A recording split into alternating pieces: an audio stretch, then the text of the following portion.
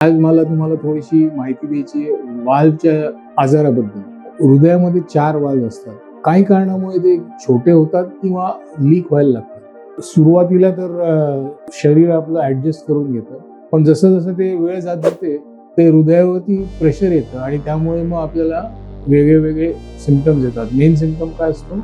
दम लागणं. सुरुवातीला मे बी थोडं जास्ती चालल्यावर लागतो, एखाद जिना चढल्यावर लागतो, पण मग नंतर साधारण एक 15 पावलं चालले तरी दम लागायला लागला, त्याचा अर्थ आहे की तुमच्या वाल्वचं लिकेज जास्त प्रमाणामध्ये किंवा वाल्व छोटा झालाय.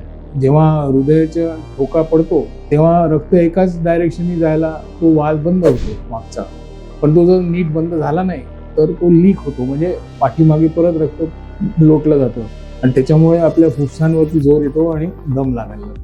म्हणून आपल्याला वेळच्या वेळेस मदत घेणं फार गरजेचं आहे. जर ह्याच्यात वेळ फार गेला तर त्याच्याने हृदयाची कंडिशन बिघडू शकते आणि त्या बिघडलेल्या हृदयाला मग ऑब्व्हियसली परत नॉर्मलला आणायला जास्त मेहनत लागते. म्हणून मी परत म्हणतो एकदा की वेळ न घालवता वेळच्या वेळेसच सल्ला घेण्याकरता जावं.